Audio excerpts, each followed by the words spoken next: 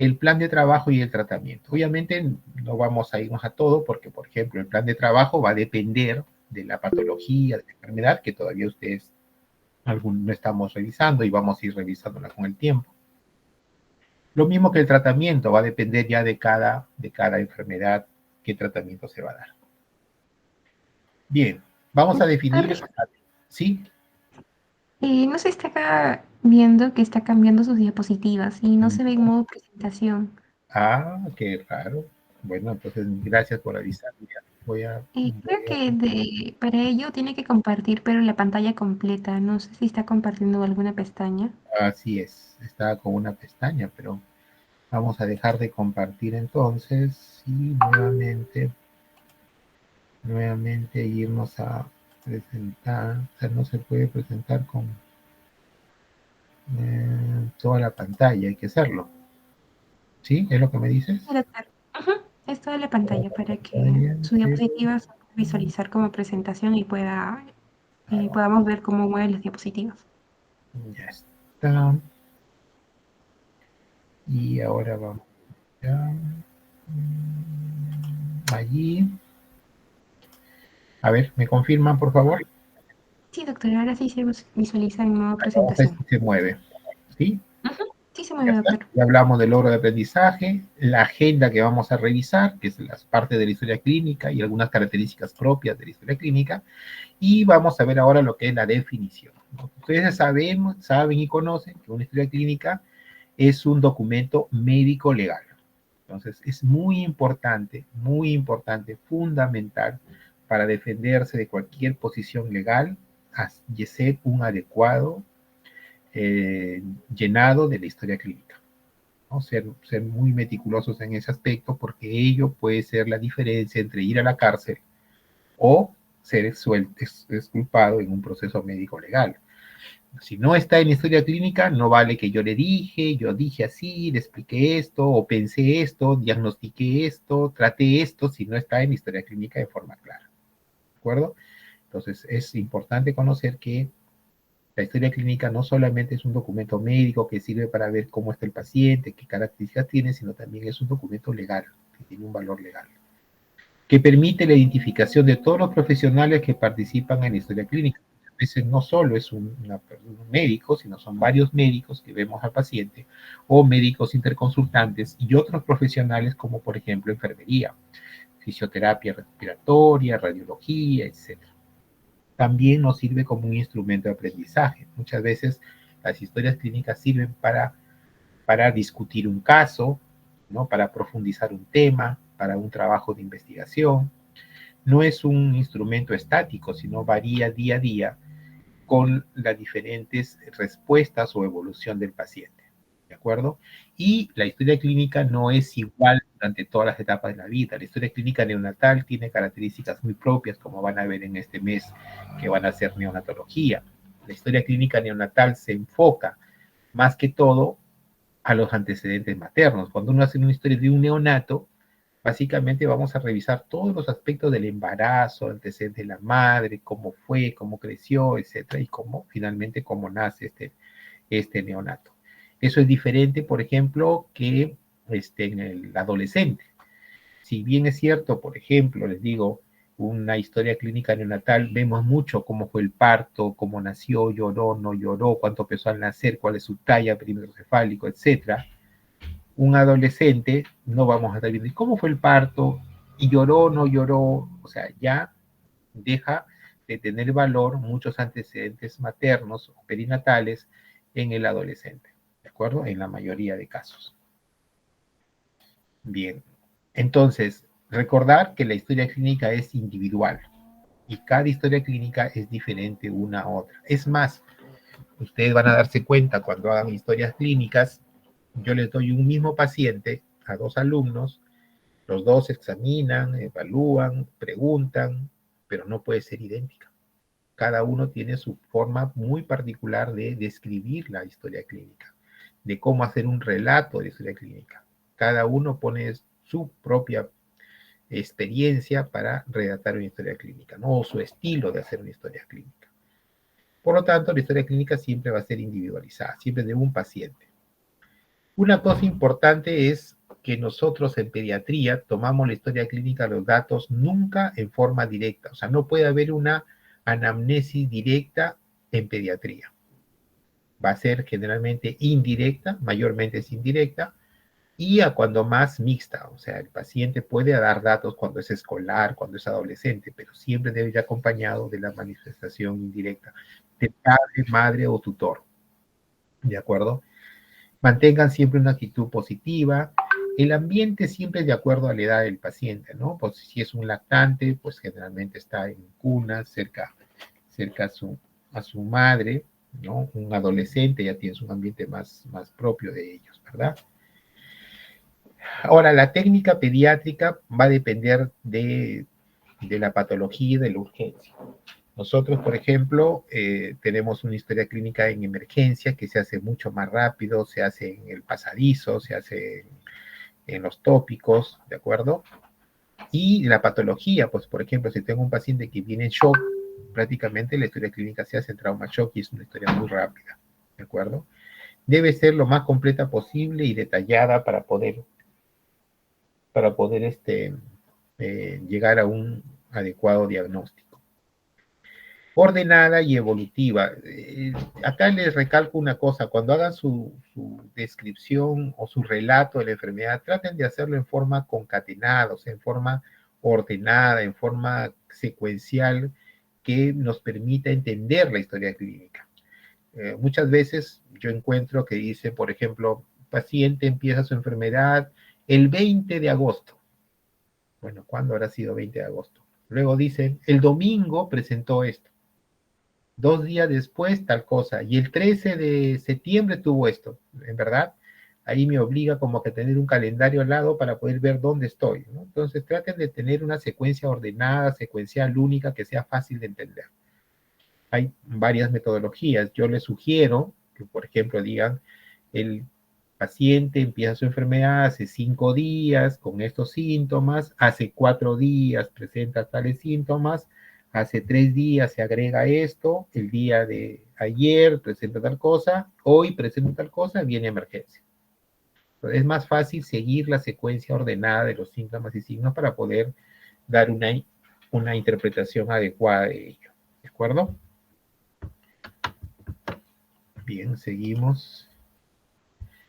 Bueno, este es un pantallazo de lo que significa la anamnesis, ¿no? Muchas veces la anamnesis empieza con una valoración ectoscópica. A mí me enseñaron así, no es obligatorio poner la ectoscopía, pero si observan algo importante en la ectoscopía, pues describirla, ¿no? Por ejemplo, es un paciente muy desnutrido, o es un paciente muy obeso, o es un paciente con síndrome Down, con facies Down. Entonces, son cosas que a un paciente con distrés respiratorio se le ve que está polimneico, taquipneico, con tirajes, etc. Entonces, la ectoscopía puede ser importante y es la primera parte que se coloca en algunas historias clínicas. Si es que hay algo que colocar, ¿no? No siempre estamos obligados a llenar la ectoscopía.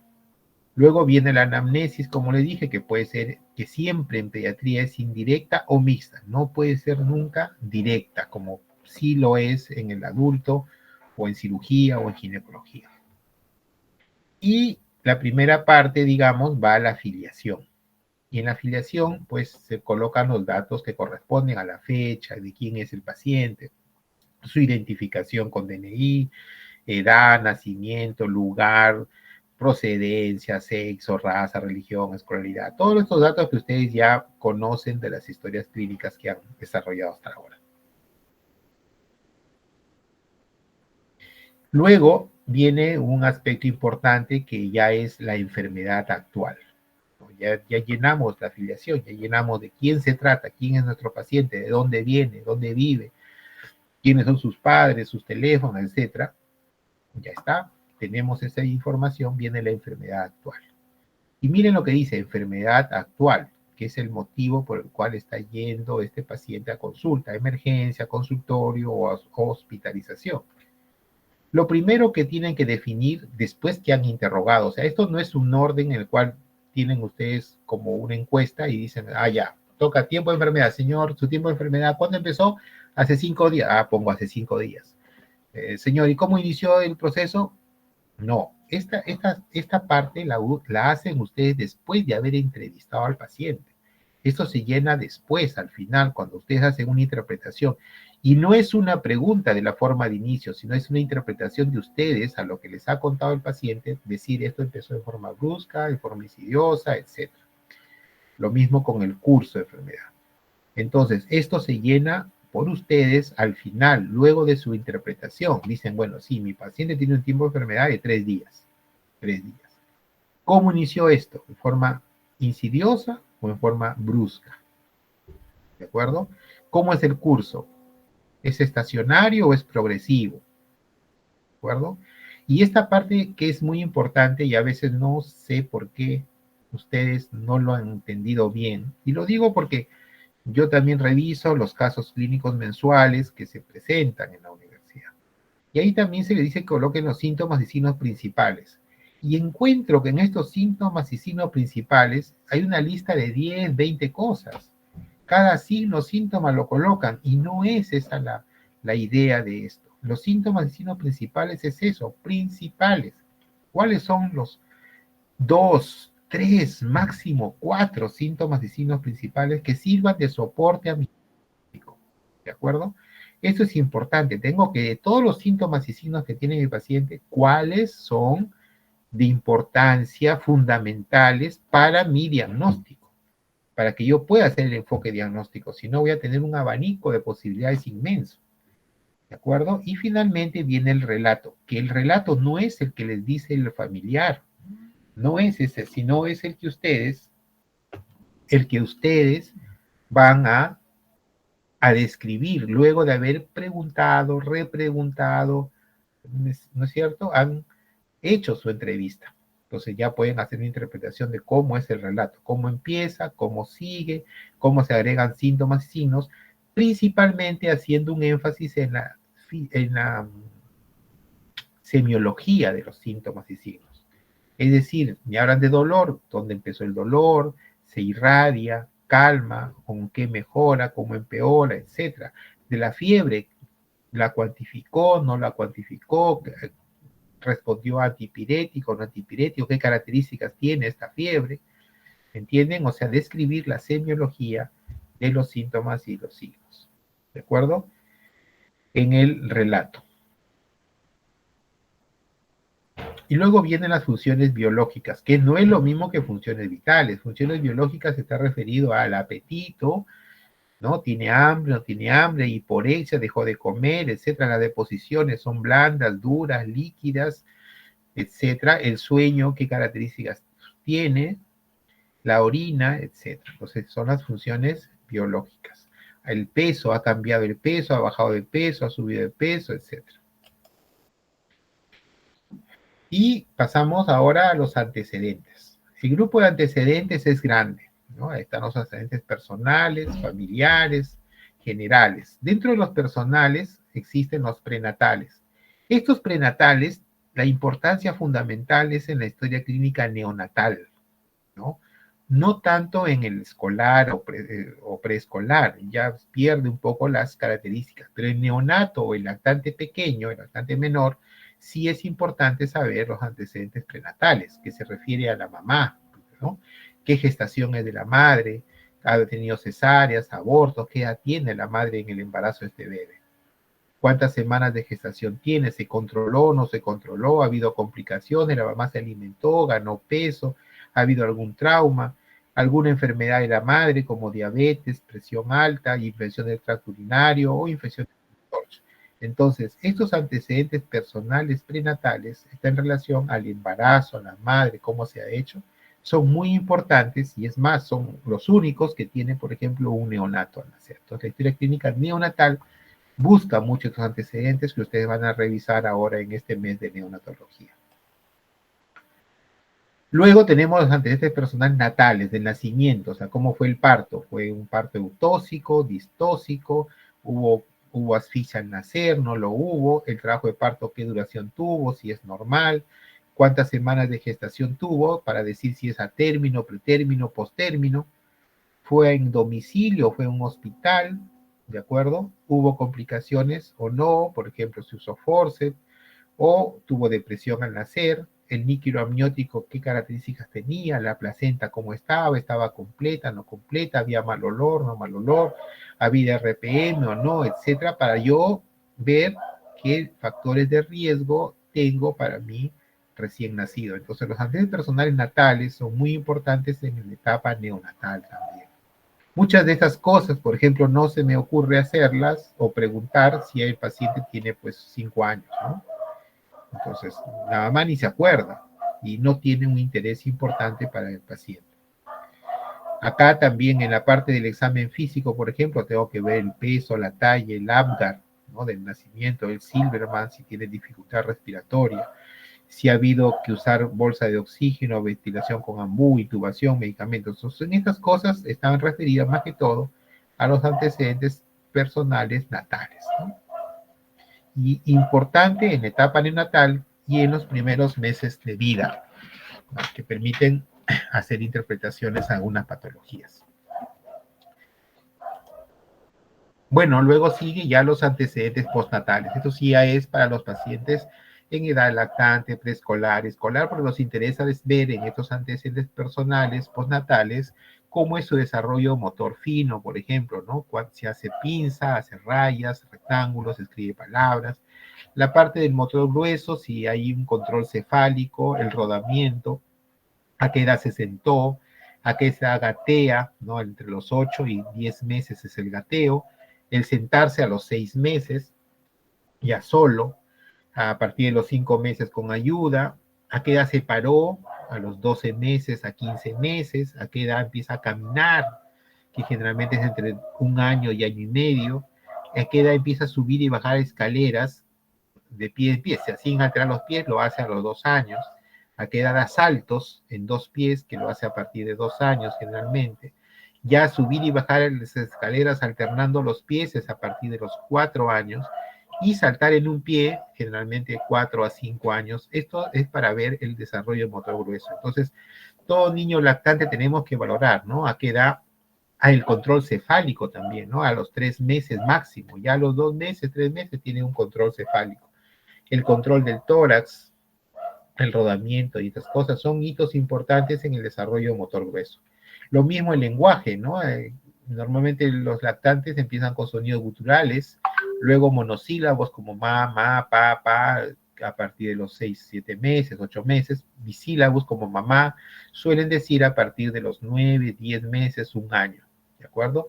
Cuando habla palabras, frases de 3 palabras, que ya prácticamente lo hacen después del año y medio, 2 años. Y el lenguaje fluido de más de 3 palabras, generalmente después de los 2 años. La pronunciación de la R y la S. Luego vemos la parte social adaptativa también, ¿no? Cómo es juego con los niños, juego en grupo, si el mamá o papá lo pueden dejar solo, se adapta o no se adapta a estar solo, ¿de acuerdo? También en los antecedentes personales postnatales valoramos la alimentación. Recuerden que en los primeros 6 meses se valora la lactancia materna exclusiva, ¿no? Los primeros 6 meses, importante. Y la lactancia es cuando empieza a ingerir alimento diferente a la leche materna, ¿no? En su transición hacia la alimentación de la familia, que suele ser al año. Entre los 6 meses que empieza la lactancia hasta el año de edad, el niño recibe papillas preparadas específicamente para él, ¿no? Se recomienda que estas papillas sean bajas de sal y bajas en azúcar, ¿no? Los alimentos que recibe el lactante el menor de 1 año. Y a partir del año ya puede comer lo que todos comen en casa. También valorar la dentición. ¿Cuándo es que aparece el primer diente? ¿No? El primer diente, yo he visto niños que nacen con dientes, créanme. He visto niños nacer con dientes. Pero el promedio normal de la aparición del primer diente es entre los 4 y 7 meses más o menos, ¿ya? Y a veces algunos niños también aparece su primer diente a los 8 o 9 meses. Lo he visto y suele ser normal, ¿de acuerdo? Valorar en los niños las piezas dentarias que están, si hay caries o no hay caries, la higiene dental, cómo debe ser en un primer momento, perdón, me están llamando por teléfono. Entonces, en un primer momento, la limpieza es pues con dedal, ¿no? Con dedal. Y a partir del año podemos usar cepillito suave, fino para niños lactantes y uso de pastas dentales específicas que son para niños pequeños. Dentro de los antecedentes que son muy importantes en la etapa pediátrica son las inmunizaciones, ¿no? Esto a veces a los adultos no se le da mucha importancia, al tema de vacunas, o a lo más, pues de repente vacunas para el adulto, el neumococo, la influenza, etcétera, papilomavirus, en fin, para mujeres. Pero las vacunas ya empiezan desde el nacimiento y ustedes van a aprender en este curso de pediatría cuáles son las vacunas que forman parte del Programa Nacional de Inmunizaciones. ¿Qué vacuna recibe un recién nacido? ¿Qué vacuna recibe a los 2 meses, 4 meses, 6 meses, etcétera? Al año, año y medio, 4 años. Ese programa tienen ustedes que aprenderlo. Y una forma de aprender es la repetición. Entonces, cada vez que hagan una historia clínica, ustedes pongan las vacunas. Si no, pongan pues vacunas completas. O pongan un copy-paste una tabla. Escriban, ¿no? Mi paciente recibió al nacer tal vacuna, a los 2 meses, etc. Escriban, escriban, y de esa forma van a tener más, van a acordarse mejor cuáles son las vacunas que pone el Programa Nacional de Vacunas, que tenemos un programa bastante completo, ¿no? Nos faltan unas pocas vacunas para que sea el ideal. Bien, luego tenemos los antecedentes personales patológicos. Los antecedentes personales patológicos básicamente están en función a qué enfermedades previas ha tenido el paciente, si motivaron o no motivaron la hospitalización, ¿no? A qué edad fue ese padecimiento, qué tipo de padecimiento tuvo, cómo fue la evolución, o si hubo o no complicaciones, ver si ha habido alergia, si hay alergias o no a algunos medicamentos, ¿no? Si ha recibido transfusiones o no. Entonces, por ejemplo, en el caso de un niño que ha tenido varicela, se pone pues, a los 3 años, tuvo varicela, que se complicó con neumonía y estuvo hospitalizado 2 semanas, ¿no? Luego, la evolución fue favorable. Entonces, hemos resumido esa parte importante de su vida de patología de este niño que tuvo neumonía complicada por varicela a los 3 años de edad y estuvo hospitalizado. Luego vienen los antecedentes familiares, ¿no? Acá tenemos que ver sobre todo antecedentes heredofamiliares, ¿no? Del padre, de la madre, los hermanos, abuelos, tíos, primos, ¿no? Hay la historia de salud familiar, si hay toxicomanías, si hay atopías familiares, ¿no? Por ejemplo, en tema atopía estamos refiriéndonos principalmente a asma bronquial, rinitis alérgica, dermatitis atópica, que tiene bastante contexto familiar. Ver qué tipo de familia es, ¿no? Si es una familia nuclear, extensa, o es solamente un padre, solo criado por la mamá o solo por la abuela, etcétera. Si es una familia funcional, disfuncional, depende de cada miembro, juega un rol importante. Y la dinámica familiar. Y acá también un poco la historia económica familiar, ¿no? Cómo es el sustento de la familia, que nos podamos dar a entender. Y esta parte también de antecedentes generales tiene que ver cómo es que vive el paciente. ¿Tiene recursos o no? Si hay los servicios básicos y mínimos para poder desarrollar agua, desagüe, luz, ¿cierto? Si esa habitación es sola del niño o la comparte con muchas más, si hay hacinamiento o no hacinamiento, en el contexto, por ejemplo, de enfermedades como tuberculosis, qué tipo de material está en la construcción, ¿de acuerdo? Qué servicios cuenta, dónde se localiza, cuántas personas viven, si hay animales o no que convivan dentro de la casa o la vivienda, ¿verdad? Hay algunas enfermedades que tienen relación con las mascotas o no mascotas, ¿no? Por ejemplo, el hecho de tener gatos en casa predispone a una enfermedad que es la enfermedad por arañazo de gato, muy frecuente en edad preescolar y escolar de nuestros niños. Pues tenemos que saber esos antecedentes. Las diarreas, por ejemplo, infecciosas, ¿no? Bacterianas, en un ambiente donde hay aves, ¿no? El Campylobacter es el agente etiológico muy probablemente involucrado en estos casos.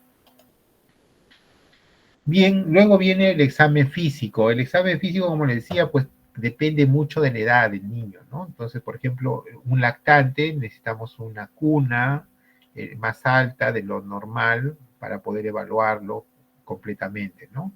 En etapa preescolar, un niño en etapa escolar o un adolescente, pues hay que saber llegar al niño, ¿no? Tener empatía con él, saber cómo va a reaccionar y tratar de ser lo más suave posible, ¿no? En un tiempo adecuado. Tratar cuando examinamos tórax o examinamos abdomen, estar con las manos tibias, ¿no? Y secas, obviamente. El examen clínico o examen físico empieza con las funciones vitales. Ya vamos a hablar de algunas funciones vitales como frecuencia cardíaca, respiratoria, temperatura, presión arterial, saturación de oxígeno. Luego sigue la antropometría. Tenemos que hacer peso, talla, perímetros para poder hacer un diagnóstico nutricional mediante el uso de índices. Los índices es la relación de los parámetros de peso, edad, por ejemplo, peso, talla o talla, edad, que nos va a permitir hacer un diagnóstico nutricional. Valoramos la piel, tejido subcutáneo y luego vamos a una revisión de aparatos y sistemas como el respiratorio, cardiovascular, abdomen, neurológico. Y en estos aparatos tener en cuenta, pues, en donde corresponde, describir la inspección, palpación, prescripción o auscultación, según corresponda. Vamos a hablar de esto. Entonces, la somatometría tiene que hacerse con equipos que están validados adecuadamente para hacer una adecuada medición. El peso, la talla, la medida del perímetro cefálico en los niños pequeños y la talla y peso para los niños más grandes. La temperatura debe ser medida pues con instrumentos adecuados. Nosotros contábamos antes con termómetros de mercurio, que actualmente ya no se venden los termómetros de mercurio, existen los termómetros digitales, los termómetros infrarrojos, los termómetros ópticos, etcétera, y nos permite medir la temperatura en los niños. La temperatura en la edad pediátrica varía también. Los recién nacidos suelen tener temperaturas un poco mayores, puede llegar hasta 37,8 y es normal en el recién nacido. Los lactantes va disminuyendo de 36,5 a 37, ¿de acuerdo? Y es una temperatura que se mantiene hasta la adolescencia y edad adulta. Ya los adultos mayores suelen tener temperaturas menores, ¿no? De 36, como ustedes pueden ver ahí. Entonces la temperatura tiene variaciones con la edad, tiene variaciones con el momento del día también, ¿no? En la noche es una temperatura diferente que a la hora de comer, por ejemplo, lo mismo que a la hora de hacer ejercicio. La frecuencia respiratoria también tiene valores normales según las diferentes edades en pediatría. Por ejemplo, un niño que nace, su frecuencia respiratoria es entre 40 y 60 respiraciones por minuto, cosa que sería muy alta para un adulto, ¿no? Que suele ser 16, 18. El lactante menor, es el lactante que tiene menos de 6 meses, está entre 20 y 40 respiraciones por minuto. El lactante mayor entre 30 y 35. El preescolar de 2 a 4 años está entre 30 y 35. El escolar de 6 a 8 años pues está entre 20 y 25. Y entre 14, el adulto pues suele ser, como ven, de 14 a 16 respiraciones por minuto. La frecuencia cardíaca, perdón, acá el título no está bien, es frecuencia cardíaca, también varía con la edad. La frecuencia cardíaca en el recién nacido suele ser entre 120 y 170, como ven en la tabla. En promedio es 140 a 160. El lactante menor, o sea, el lactante de 2 meses, 3 meses, pues 120 a 160 puede ser. El lactante mayor, de 6 meses a 1 año, 110 a 130. El preescolar entre 100 y 120. El escolar entre 100 y 115. Y el adulto, ya adolescente también, entre 60 y 80. Como ven, la frecuencia respiratoria tiende a disminuir con la edad, ¿no? La frecuencia respiratoria también disminuye conforme aumenta de edad. Y esto no ocurre así con la presión arterial, ¿no? La presión arterial en el lactante suele ser la sistólica entre 60 y 90 y la diastólica entre 30 y 62. Y estos valores van aumentando conforme aumenta la edad del niño. A los 2 años, pues está entre 78 y 112, la sistólica, la diastólica entre 48 y 78, a los 8 años 85, 114, diastólica 52, 85, y así hasta llegar al adulto, que es de 100 a 140 la sistólica y 60 a 90 la diastólica. Entonces, a diferencia de la frecuencia cardíaca y respiratoria, la presión arterial tiende a aumentar conforme la aumenta. Y este aumento de la presión arterial está en relación a lo que determina la presión arterial, ¿no? La resistencia periférica y el débito cardíaco. ¿Qué pasa con la edad? Las arterias se hacen más gruesas, se hacen más duras, por lo tanto aumenta la resistencia periférica, lo hace que aumente la presión sistólica. Luego tenemos ya el examen físico general, ¿no? El examen físico general, estamos viendo la facie, la postura, la higiene, su estado nutricional y conductas o reacciones que pueda tener el niño. Ver el sexo, edad aparente, cómo está su estado nutricional, etcétera. Cómo respira, si coopera o no coopera, y las características del lenguaje es la parte de examen físico general.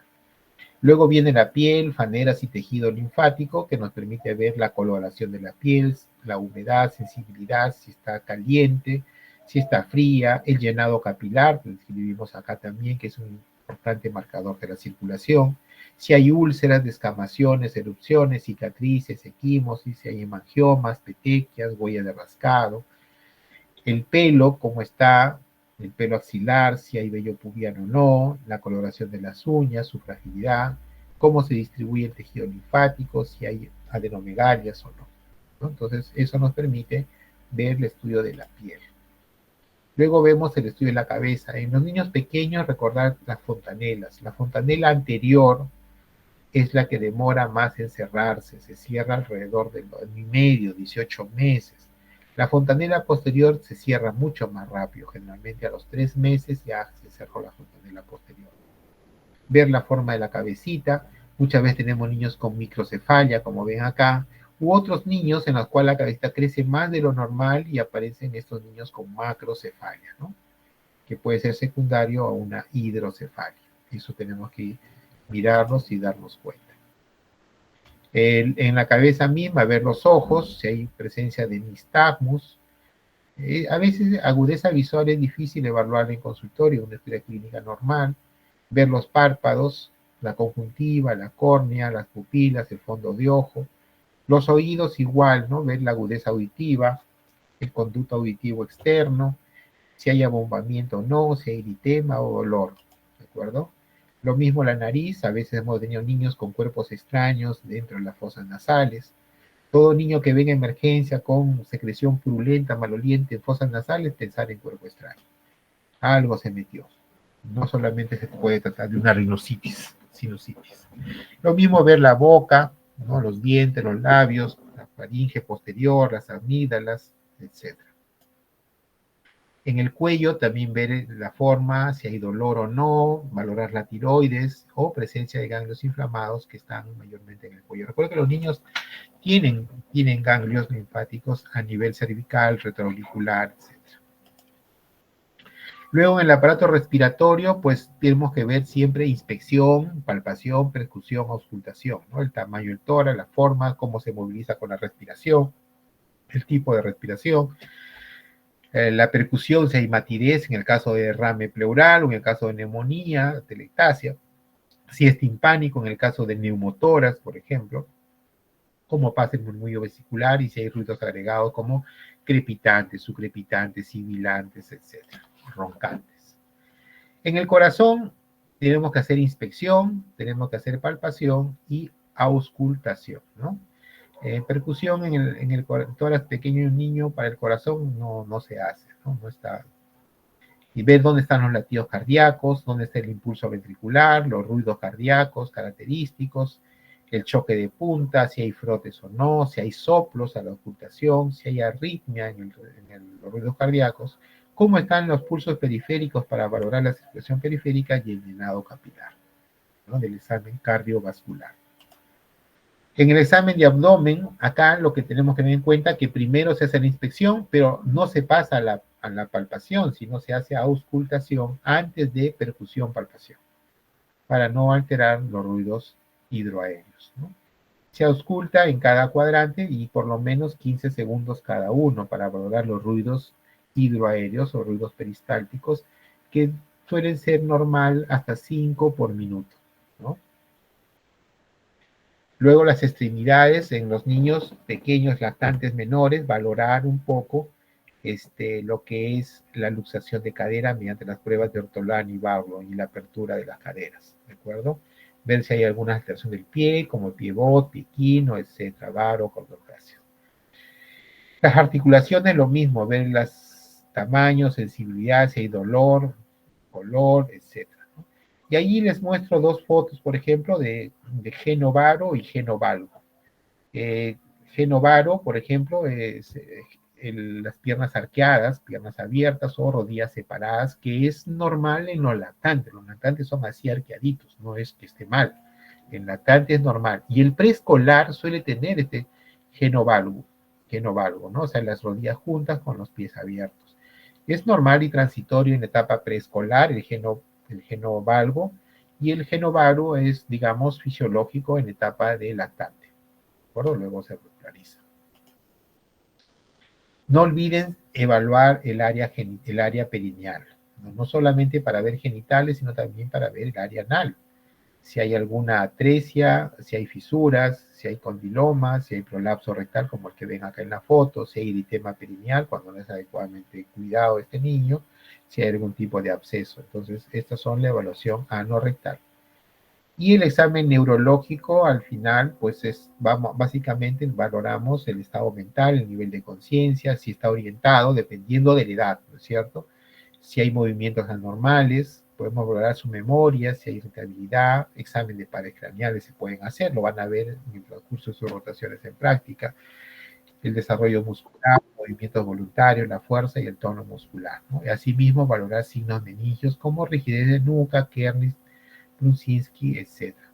Recordad que los signos meningios no se valoran en el lactante, ¿verdad? Se ven recién después del año y medio, podemos valorar los signos meningios. Y otra cosa importante tener presente los reflejos arcaicos, como el reflejo de Monro, que es un reflejo que se pierde, que tenemos durante los primeros meses de vida, o los reflejos de búsqueda, de succión o de prehensión. Ver el tono muscular, fíjense aquí arriba en la foto de la derecha, en la parte superior, el tono normal de un niño que la cabeza trata de llevarla hacia adelante, ¿no? En cambio, en la parte de abajo, miren, pues es un niño con hipotonía, ¿no? Yo levanto los brazos y la cabeza se va hacia atrás sin ninguna resistencia, y lo mismo si lo pongo en sentido contrario.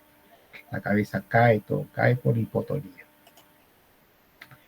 Bien, todo eso es anamnesis, ese recuento de información, de antecedentes.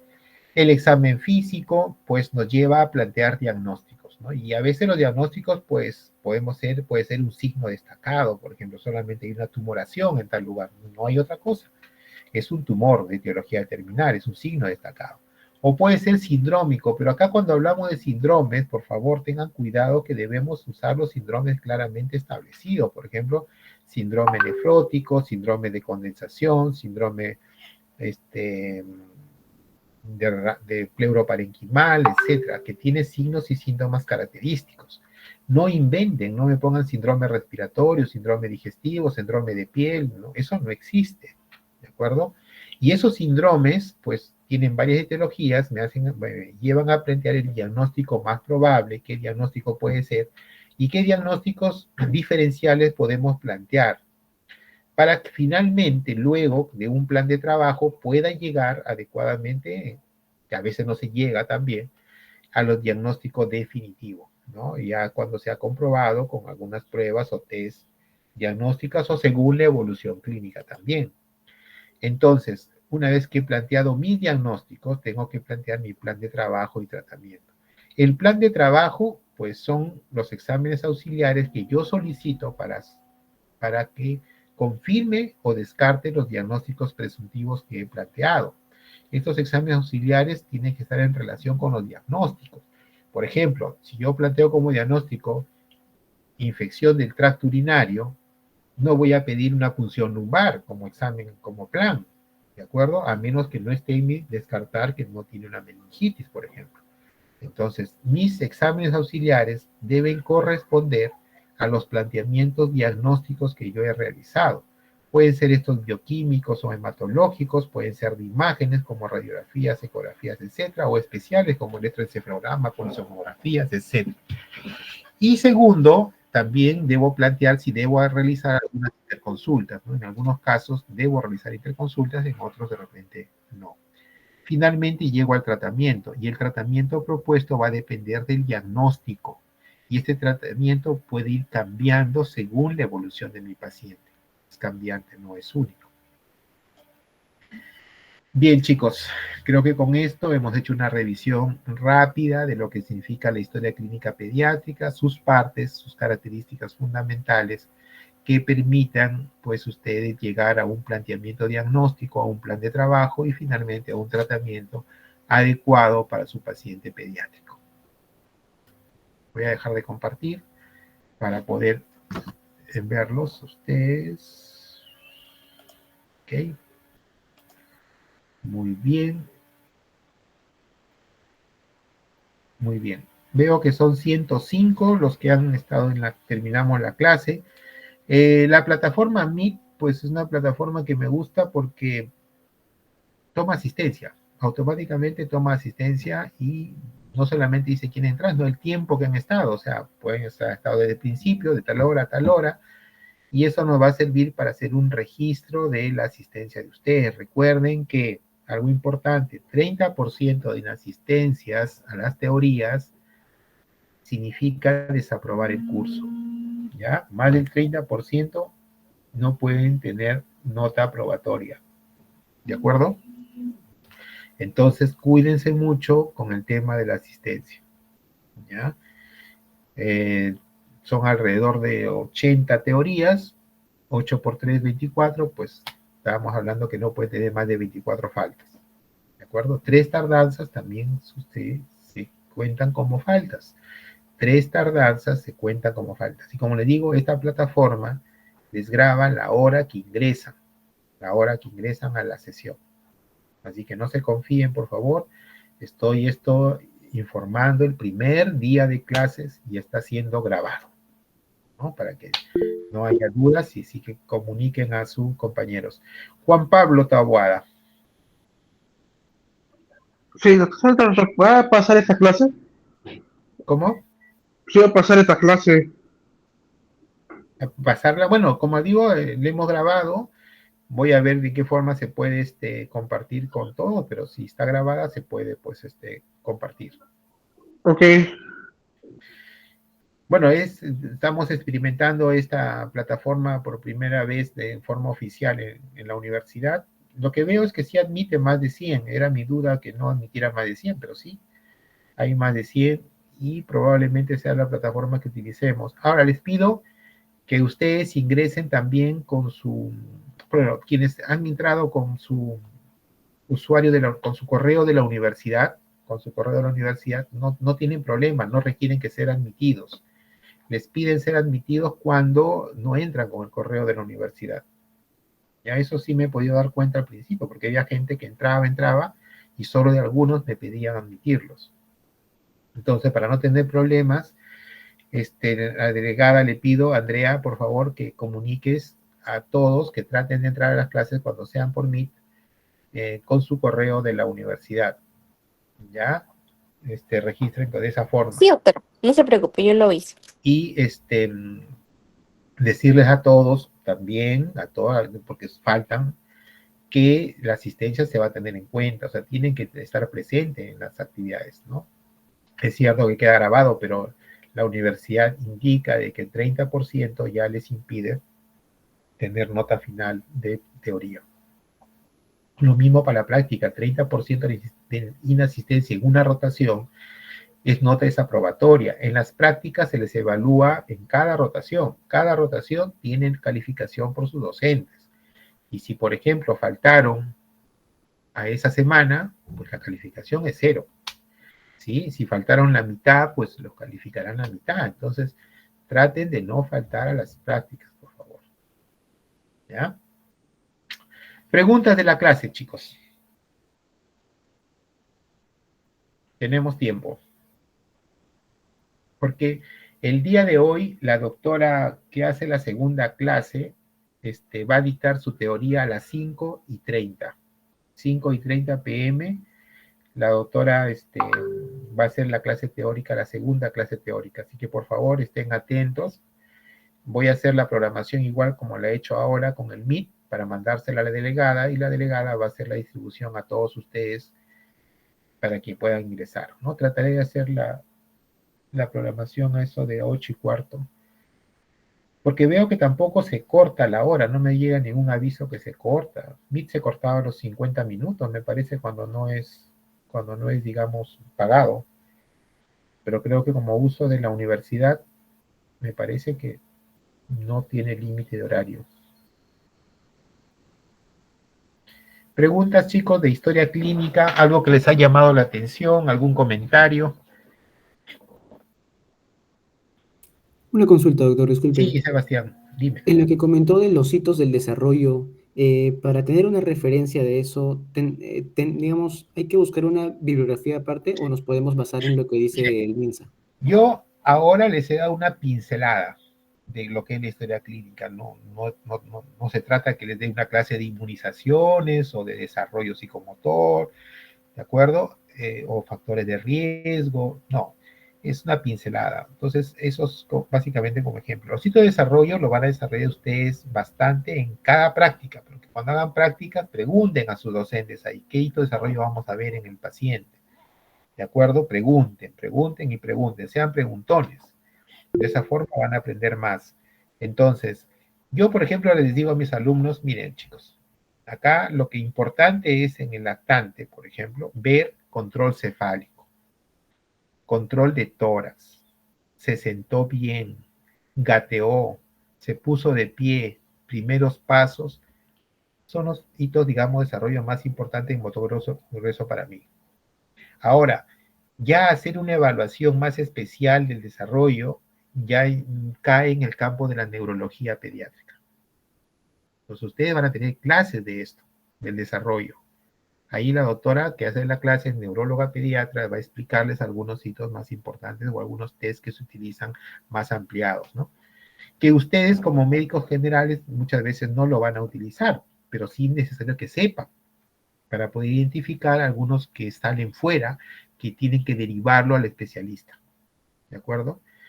Cuando ustedes sean pediatras ya van a tener pues cursos de neurodesarrollo para poder valorar esto, ¿de acuerdo?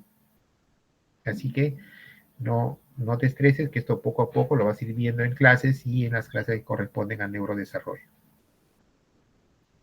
Luque, Roger Luque.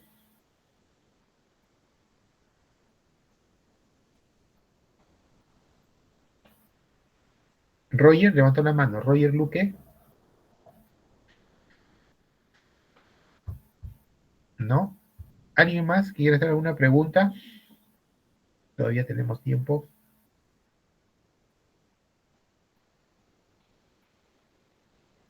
Roger Luque me dice, doctor, lactante menor, mayor, son por diferencias de ceros. Correcto. Nosotros los pediatras tratamos de hablar de algunas edades, ¿no? Edades pediátricas, no sé cómo decirle, pero, o etapas de la vida, ¿no? Por ejemplo, decimos de 0 a 28 días, de 0 días, o sea, nace, hasta los 28 días se habla de neonato, neonato. O sea, si el niño tiene 3 semanas de vida, es un neonato.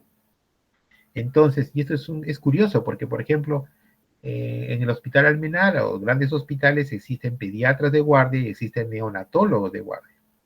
Y a la emergencia, cuando llega un bebito de 1 semana, pues llamamos al neonatólogo para que lo evalúe, el que está de guardia.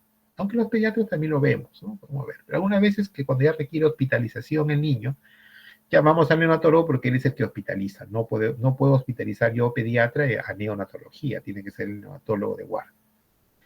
Si el paciente tiene 28 días, y hay que hospitalizarlo, quien lo hospitaliza es el neonatólogo de guardia. Si ya tiene 29 días, no. El neonatólogo dice, no, eso es pediatría, eso lo ves tú.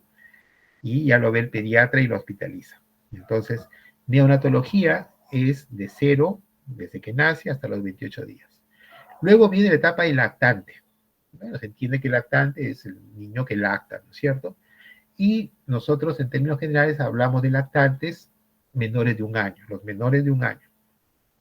Y ese grupo de lactantes menores de 1 año lo dividimos en dos, los lactantes menores de menos de 6 meses y los lactantes mayores de más de 6 meses. Algunos también hablan de que el lactante menor es el menor de 3 meses.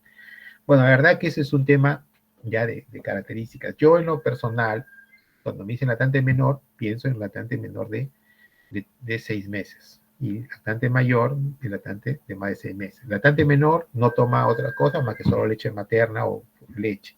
El lactante mayor ya tiene lactancia incluida. ¿Sí? Luego hablamos de preescolares, los menores de 5 años, mayores de 1 año, los escolares de 6 años a 12 años, y de ahí ya viene la adolescencia, que comparte muchas características con los adultos. ¿De acuerdo? Entonces, esas son más o menos las edades como nosotros lo valoramos. ¿Alguien termina otra mano? Luis Jara. Ah, sí. Buenas tardes, doctor. Una consulta. En caso de que en la anamnesis el padre o adulto responsable del menor no esté tan atento o no se preocupe mucho de él o incluso veamos signos de maltrato, ¿cómo actuaríamos al momento de realizar la historia clínica? Buena pregunta. Van a encontrarse muchas cosas particulares en su práctica, en su experiencia, ¿no? La que tú mencionas es una, ¿no? En el cual es un niño que aparentemente ha sido maltratado, ¿no? O es maltratado, o es un padre o madre, o a veces es la tía, o etcétera, que lo trae. Entonces, si hay bastante sustento, porque ojo, este es un tema legal bastante importante. Si yo veo un niño desnutrido, con lesiones cicatriciales, sugerentes de maltrato y un padre que no se entiende bien con el niño, pues nosotros tenemos lo que es la defensoría del niño y el adolescente. Entonces se puede hospitalizar al niño porque tenemos sustento de que no está siendo visto bien y llamar a la fiscal del niño y adolescente para que tome conocimiento del caso, haga las indagaciones, servicio social, haga visita familiar y determine cuál es el mejor destino del niño, o sea, si va a seguir con la tutela de los padres o la justicia le quita la tutela de los padres y se la pone el Estado. Pero como te digo, un caso así, por ejemplo, en mi historia de médico habré visto uno cuando era residente, hace mucho tiempo. No es algo habitual, no es algo habitual. Lo que sí vemos habitualmente, con mayor frecuencia, el niño lo trae el papá, lo trae porque tiene tos y no sabe más nada porque él no lo ve. Quien lo cuida es la mamá y la mamá en ese momento está trabajando. O quien lo cuida es la abuelita que no está. O lo trae la mamá que trabaja, lo cría la abuelita, pero ella lo trae porque está con fiebre el niño y se lo trae. Pero no da una información clara, ¿no? No da una información clara. Eso sí lo vemos con mucha frecuencia. Y el niño pues tiene 2 meses, tiene meses, es lactante o es un preescolar que no te da información. Entonces ahí, con los datos que te pueda dar, los pocos datos que te da la mamá, el examen físico cobra una mayor importancia para que puedas tú decir que puede ser y dar los consejos necesarios. ¿De acuerdo? Entonces allí das más peso a tu examen físico que te diga pues realmente si el niño pues tiene un diagnóstico que puede ir a su casa o es un diagnóstico que tiene que quedarse para hospitalizarlo y hacerle mayores pruebas. ¿De acuerdo? Pero eso es lo más frecuente, o sea, vemos que viene la abuelita con la mamá y a veces la mamá da una información y la abuelita da otra. También lo vemos. O el papá dice una cosa y la mamá dice otra cosa. También. Entonces ahí tratemos de ver el examen físico, que es lo que tú haces, que examinas al niño, cómo va con la información de anamnesis que ha recibido y hacer un diagnóstico. Por eso que la medicina es un arte. ¿Ya? Willy Daniel. ¿La doctora me escucha? Sí, sí, Willy, dime.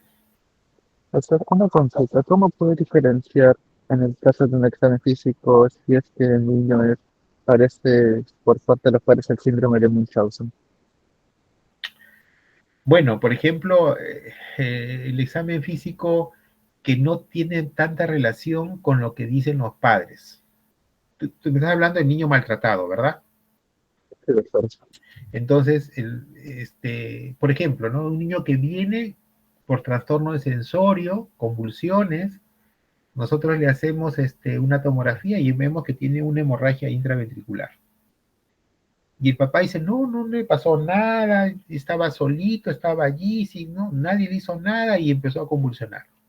y encuentras que es un niño desnutrido y a lo mejor encuentras moretones, y esto que se hizo, y este moretón, no, no, eso fue hace tiempo que se cayó, qué sé yo, ¿no? Entonces, minimiza algunas cosas importantes. Un niño que ha convulsionado, o sea, a los padres tú llegan con los ojos abiertos, asustados, ¿qué he hecho? ¿Qué pasó? O sea, te dice tal cual. Pero estos padres que maltratan al niño, llegan, pues, lo llevan a la emergencia, pero ¿qué pasó? No te dan la información, no concuerda lo que te cuentan con lo que estás encontrando en el examen físico. Eso es lo que se ve. ¿Ya? Y ahí la sospecha, pues, ¿no? Ya uno no va a hacer ya tema policial ni nada, sino simplemente pues tratar al niño que en ese momento está con hemorragia intraventricular y está pues con, porque puede ser por un traumatismo, ¿no? Puede ser por un traumatismo y los padres no te lo están diciendo bien. Entonces informas al servicio social pues hace su investigación, su evaluación, etcétera, ¿no? Y puede convertirse en un tema judicial. Ok, doctor, gracias. Bien. ¿Alguna otra pregunta, chicos?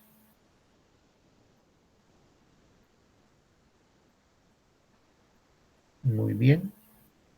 Bien, bien, bien, bien. Qué bueno. Qué bueno que haya preguntas. Siempre hay preguntas, siempre hay dudas. Y no teman preguntar, chicos. Una cosa que les digo, ustedes son alumnos. Y como alumnos, como les digo, pues tienen, yo les diría hasta la obligación de preguntar. No teman. Los docentes no se van a enojar. Lo mejor que puede ocurrir que les dé una explicación adecuada, que sea lo que ustedes querían saber y conocen un poco más. Y lo peor que puede ocurrir es que les diga, ¿sabe qué? No sé, vamos a revisar para la próxima. Porque tampoco los docentes sabemos todo. Entonces, aprendemos con ustedes y pregunten, pregunten, pregunten. Porque cuando ya les den el título de médico, ya es más difícil preguntar. Ahí sí dicen que roche, que voy a decir, ¿no? Ahí ya no preguntan. Entonces, como alumnos, pregunten. De internos, pregunten. Son alumnos, pregunten, pregunten. Cuando sean residentes, también pregunten, porque son residentes, están estudiando la especialidad. ¿De acuerdo? Ya después no van a tener el mismo valor para preguntar. Bien. Muy bien, chicos. Les agradezco su compañía. Estoy preocupado porque solo 107 alumnos han participado. Debían ser 140 y tantos. Pero bueno, espero que en el transcurso de esto se preocupen y estén en sus clases, ¿de acuerdo? Voy a averiguar el tema de la grabación para que ustedes puedan también tenerlas y hacer un buen curso. Revisen el sílabus. El sílabus ya fue entregado a la delegada, todos ustedes deben tenerlo. Apenas tengamos el aula virtual, también lo voy a colocar, pero todos ustedes ya deben tener el sílabus para que vean la secuencia de clases, vean las rotaciones, vean las actividades que se hacen en la práctica, ¿de acuerdo? Una cosa importante que les digo a todos ustedes ahora también, por favor, y está en el sílabus escrito, solo que a veces no lo leen, y por eso les digo, los exámenes son de los temas teóricos que se han dictado e incluye también las actividades académicas de las prácticas, guías, seminarios, ¿ya? También son evaluados. También les digo que las guías, seminarios son evaluados para todos, no solo el grupo que expone. Todos tienen nota de las guías y seminarios. Los profesores saben que tienen que evaluar a todos, a los que exponen y a los que participan con un test, no test, preguntas, etcétera, pero ven la forma de evaluar a todos los participantes. Así que no solo estudio la guía que me toca exponer, sino todas las guías, todos los seminarios, así que como todos los casos clínicos se presentan antes del caso clínico a discutir. ¿Sí? De esa forma, tratemos de hacer un buen curso de pediatría que les sirva, que conozcan la patología pediátrica más frecuente, que sepan enfrentar a un niño, hacer un diagnóstico, un manejo inicial, no tengan problemas en su internado, en sus serums, y los que quieran ser pediatras, pues bienvenidos para hacer esta subespecialidad que es muy, muy linda y muy grande, en la cual también hay muchas subespecialidades. Bien, muchas gracias. Y a las 5:30, 5:20 voy a pasarles el link a la delegada para que puedan entrar a la clase de la doctora del doctor de la doctora Pantoja, me parece que es. Muy bien, gracias. Doy por concluido la reunión. Muchas gracias, doctor. Hasta luego. Claro, doctor. Gracias, doctor.